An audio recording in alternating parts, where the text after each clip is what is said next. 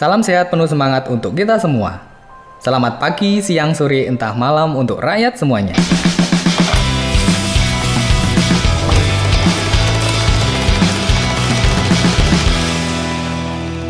Kali ini, Latar, layar tancap rakyat akan merangkum sebuah film yang berjudul King vs Godzilla.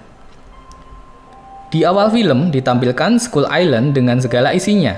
Di sini, Kong terlihat hidup dengan damai saat terbangun dari tidurnya. Namun ternyata tidak. Kong mencabut sebuah pohon besar lalu melempar pohon tersebut ke langit hingga membuat langit berlubang. Yang ternyata, langit tersebut adalah sebuah proyeksi belaka yang menunjukkan bahwa ternyata Kong berada di dalam sebuah kurungan raksasa. Selanjutnya, ditampilkan seorang anak kecil bernama Jia yang membawa boneka King Kong dan muncul di hadapan Kong. Sebagai info, Jia adalah seorang anak yatim piatu yang dirawat oleh Dr. Eileen Andrews yang memiliki kedekatan dengan Kong. Andrews berkata bahwa orang tua Jia terbunuh dalam badai. Badai tersebut mungkin mengacu pada badai besar yang diciptakan oleh Ghidorah dalam film Godzilla King of the Monster yang menghancurkan banyak kota dan wilayah di seluruh dunia. Setelah kejadian itu, Jia dibawa oleh Eileen yang mengepalai fasilitas Monarchs di Skull Island. Hebatnya, selama berada di pulau itu, Jia mengajari Kong untuk berkomunikasi. Kong bersedia melawan siapapun untuk melindungi Jia. Hubungan mereka pun diperkuat ketika mereka berdua merasa sendirian, merindukan keluarga yang tidak mereka miliki lagi. Kong dan Jia akhirnya terikat satu sama lain. Di sini, Jia akan menjadi sahabat Kong di sepanjang film petualangan ini berjalan. Selanjutnya ditunjukkan adegan Eileen dengan teman ilmuwannya yang mengatakan bahwa kurungan ini tidak akan selamanya bisa menahan Kong, karena Kong semakin hari semakin besar. Jadi harus dicari tempat lain untuk Kong. Tapi Eileen mengatakan itu tidak mungkin, karena hanya tempat inilah yang dapat menahan Godzilla untuk menemukan Kong. Karena tidak mungkin ada dua Alpha Titan di muka bumi ini. Salah satu dari Godzilla atau Kong harus ada yang mati atau ada yang tunduk antar satu sama lain. Dan tidak mungkin Godzilla akan tunduk pada Kong. Begitu juga sebaliknya, Kong tidak akan tunduk pada Godzilla. Adegan selanjutnya, kita didengarkan dengan podcast konspirasi dari seorang yang bernama Barney, yang selalu membawa berita konspirasi mengenai perusahaan raksasa Apex Cybernetics. Barney ingin mencoba mendownload dokumen rahasia dari perusahaan Apex dan membeberkannya ke dunia. Barney ini sebenarnya adalah karyawan teknisi dari Apex. Jadi dia bisa masuk dengan mudah ke Apex. Setelah berbincang panjang lebar mengakali temannya, dia berhasil mendownload file-file penting yang dicarinya. Hingga tanpa disengaja, dia melihat dokumen manifest mengenai kargo besar milik Apex. Di saat sedang asik menganalisa dokumen tersebut, alarm pun berbunyi. Yang dia kira itu adalah alarm karena dia ketahuan. Tapi ternyata alarm tersebut berbunyi karena ada serangan dari Titan. Siapa lagi kalau bukan Godzilla? Tiap Godzilla datang, pasti menghancurkan semua yang dia lalui. Adegan jet tempur pun menembak mencoba menghalau Godzilla. Tapi apa daya, hancurlah mereka. Namun ada yang aneh dan janggal, karena Godzilla yang datang hanya menghancurkan Apex yang berada di Florida dan tidak kota sekitar. Sepertinya si Godzilla ini sedang mencari atau ingin menghancurkan sesuatu. Karena kejadian inilah, Godzilla yang dulu dianggap sebagai pahlawan, kini dicap sebagai monster jahat dan musuh manusia. Di tempat lain, Madison, anak dari Mark Russell, yang tak lain adalah ilmuwan di film Godzilla King of the Monster, tengah berdebat dengan ayahnya itu. Kalau Godzilla tidak mungkin menyerang jika tidak diprovokasi atau dipancing terlebih dahulu. Karena dia yakin bahwa Godzilla bukanlah musuh.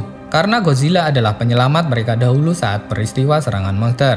Namun Mark, ayahnya tidak yakin dengan ucapan anaknya tersebut. Karena menurutnya, bisa saja monster berubah. Manusia saja bisa berubah dari baik ke jahat, apalagi monster. Madison yang tetap kukuh dengan pendapatnya, pergi lalu mendengar semua siaran podcast dari Barney mengenai konspirasi yang dilakukan oleh Apex.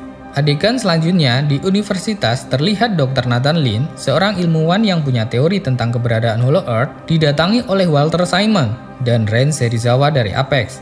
Walter meminta Nathan untuk membantunya dalam menemukan jalan masuk ke Hollow Earth. Sebagai info dari Hollow Earth, sebelum orang-orang di bumi menemukan keberadaan monster, seorang petinggi Monarchs, William Randa, memiliki teori tentang Hollow Earth. Ia memiliki teori bahwa sebenarnya bumi berongga. Hollow Earth adalah dunia yang berada jauh di dalam bumi, yang dihubungkan oleh serangkaian terowongan atau gua, yang memungkinkan para Titan untuk melakukan perjalanan keliling dunia dengan kecepatan yang luar biasa cepat. Nathan mengatakan bahwa mereka melakukan perjalanan 1000 mil hanya dalam waktu 2 detik.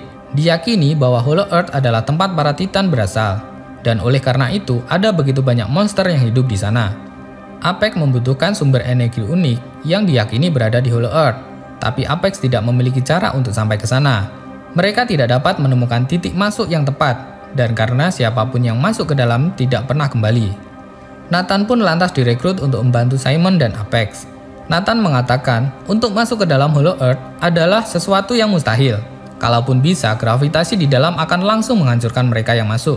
Tetapi ternyata Simon mengatakan kalau dia sudah menciptakan Hive Apex, sebuah kendaraan yang dirancang khusus untuk menahan tekanan medan gravitasi di Hollow Earth. Nathan yang mendengarnya langsung terkesima. Simon meminta Nathan untuk mencari lokasi sumber kekuatan di dalam Hollow Earth untuk dipakai melawan Godzilla. Nathan mengatakan yang bisa menemukannya hanya makhluk yang tercipta dari Hollow Earth itu sendiri. Nathan kemudian langsung bertemu dengan Elend dan menjelaskan perihal rencana tersebut. Awalnya Elend kurang setuju karena takut Godzilla pasti menyerang Kong begitu dia keluar.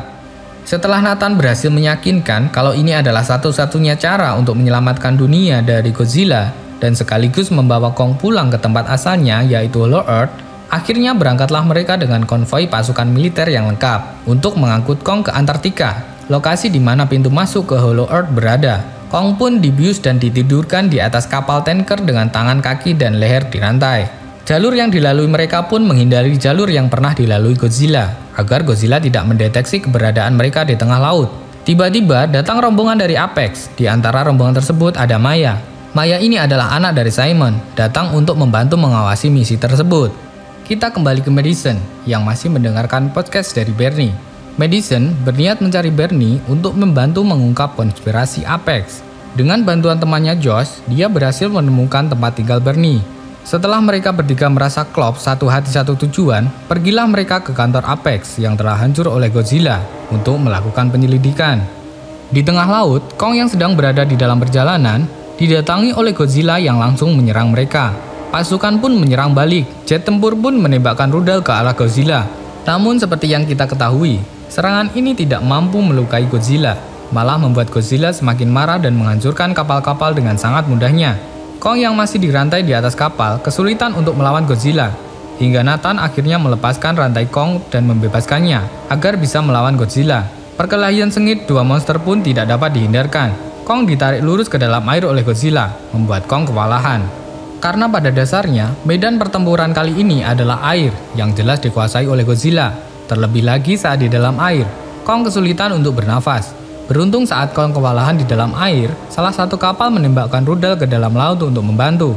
Hingga Kong pun selamat dan naik ke atas kapal. Kong terlihat lemas dan kehabisan tenaga.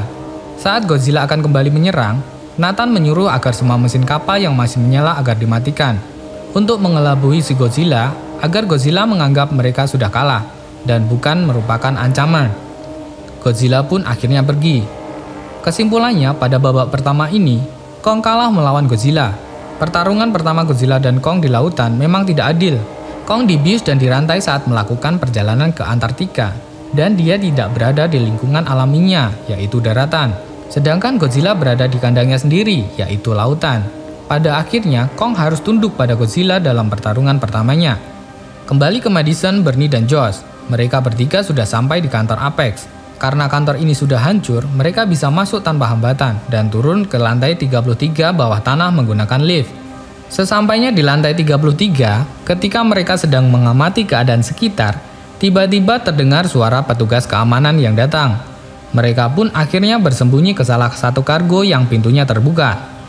Tapi naas, kargo ini ternyata isinya telur dari Skruller yang mau dikirim ke Hong Kong menggunakan jalur super cepat. Karena pintu yang terlanjur tertutup, akhirnya mereka tidak bisa keluar dari kargo tersebut. Akhirnya mereka pun juga terbawa ke Hong Kong. Kembali ke perjalanan Kong. Karena jalur laut sudah tidak aman, Nathan mencoba menggunakan jalur udara.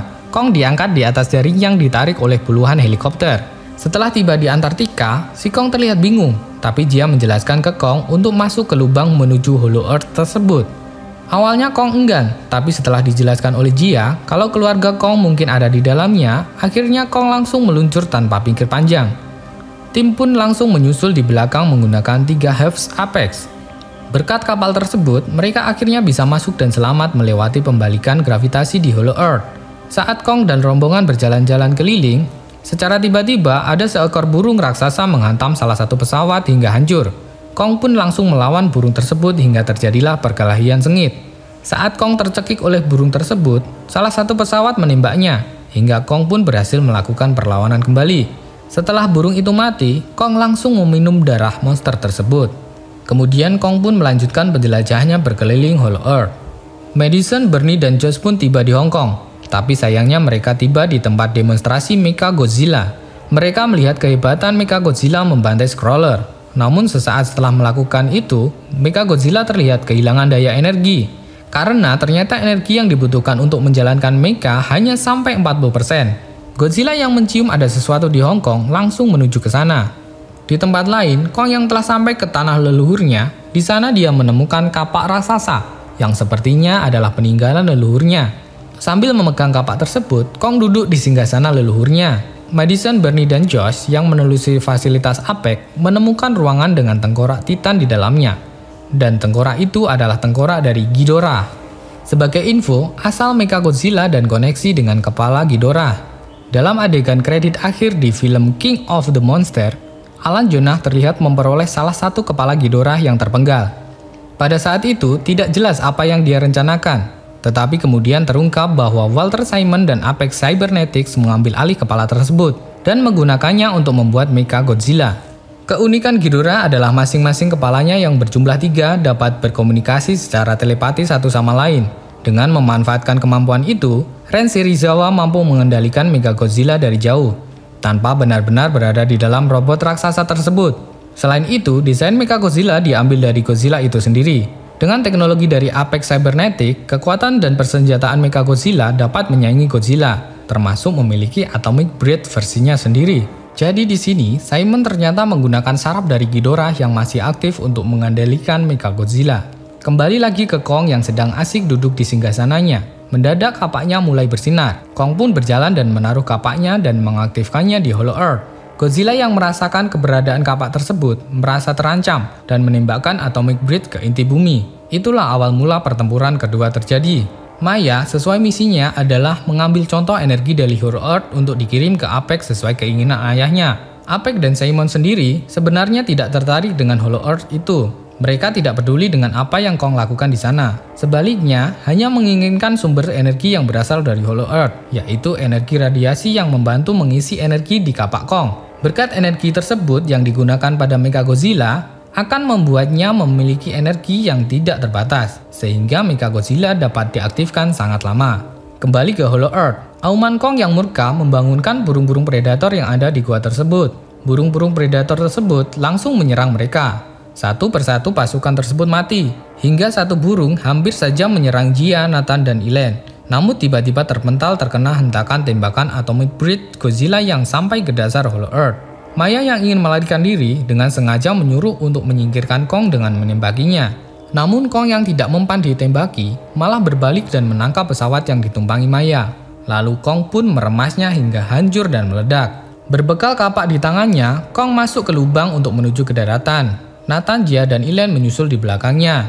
Di tempat lain, Madison telah tertangkap oleh pihak keamanan Apex dan dibawa menuju ruangan di mana Simon berada. Tibalah Kong di Hong Kong dan berhadapan langsung dengan Godzilla. Pertarungan pun tidak bisa dihindarkan. Setelah pertarungan yang cukup sengit, akhirnya Kong berhasil memukul mulut Godzilla dengan kapaknya. Namun keduanya malah terpental. Pertarungan kembali berlanjut. Namun kali ini, Kong sepertinya sudah kewalahan. Kong pun tumbang dan diinjak oleh Godzilla. Godzilla yang mengurungkan niatnya untuk menghabisi Kong pergi meninggalkan Kong. Tinggallah Kong sendiri terkulai lemas tak berdaya.